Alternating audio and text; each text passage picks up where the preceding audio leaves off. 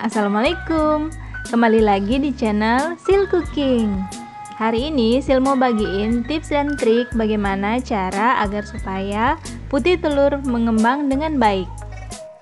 Oh iya, selamat datang buat kalian yang baru mampir di channel ini ya. Selamat datang, mari bergabung dengan menekan tombol merah di bawah dan aktifkan lonceng notifikasinya agar channel ini bisa tetap berkomunikasi dengan kalian semua.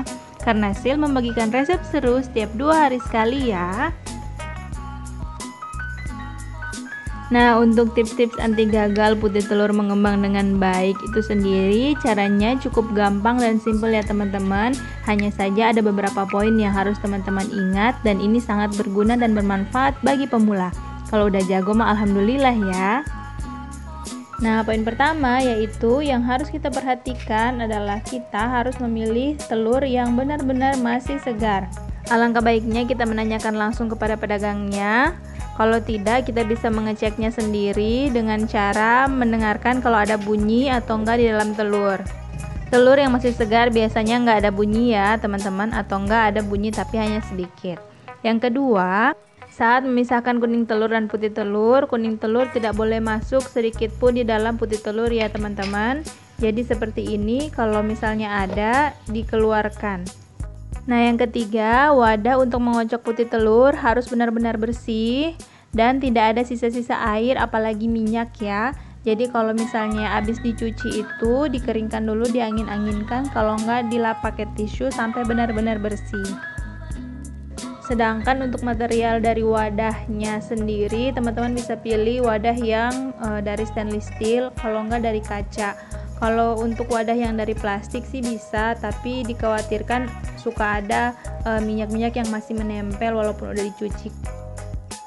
Untuk durasi mengkocoknya tidak lebih dari 3 menit ya teman-teman, sampai soft peak atau sampai kaku, putih dan berjejak. Sesuaikan dengan kebutuhan cake-nya ya, tergantung dari cake-nya sendiri mau cake apa.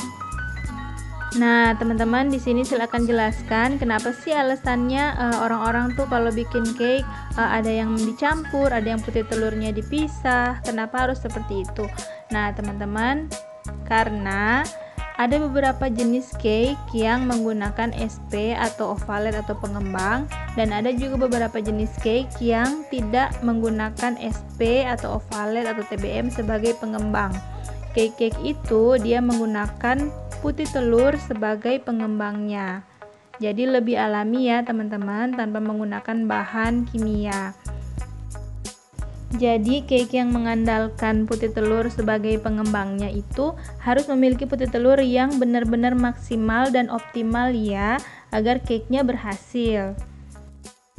Nah, untuk kebutuhan cake yang putih telurnya kaku, kita bisa menambahkan gula pasir di dalam putih telurnya dan juga bisa perasan air jeruk. Kita bisa menambahkannya secara bertahap ya. Jadi asam dan manis bisa membuat putih telur menjadi kaku. Nah, poin penting juga teman-teman kalau pilih telur ini suhu ruang ya. Ini yang saya gunakan ini suhu ruang. Soalnya ditakutkan kalau telur yang dari kulkas nanti jadinya encer. Jadi kalau misalnya ada teman-teman yang punya telur dari kulkas, bisa dipakai terus dikeluarkan dulu dan di suhu ruang dulu sekitar 30 menit ya. Nah, ini mengocoknya, Sil mengocoknya dengan kecepatan rendah sampai ke tinggi. Jadi secara bertahap naikinnya. Itu berfungsi untuk membuat udara-udara di dalam putih telur agar bisa menopang cake yang kita buat. Jadi dia bisa mengembang dengan baik dan sempurna. Kayak gitu teman-teman. Jadi ini di mix-mix terus. Ini mixnya tidak lebih dari 3 menit ya. Sepengalaman Sil 3 menit udah cukup. Nah, ini sampai nanti kalau udah disesuaikan dengan kebutuhan cake-nya. Kalau udah kayak gini, ini udah selesai ya. Nih sampai runcing. Jadi ada cake yang membutuhkan putih telur yang runcing, ada juga yang soft peak atau jambulnya terbalik. Dan yang paling penting kalau dibalikin wadahnya tuh putih telurnya nggak tumpah ya teman-teman. Itu berarti udah oke. Nah, belum lengkap ya rasanya kalau Sil nggak nunjukin gimana sih putih telur yang jambulnya terbalik. Nah, ini Sil tunjukin.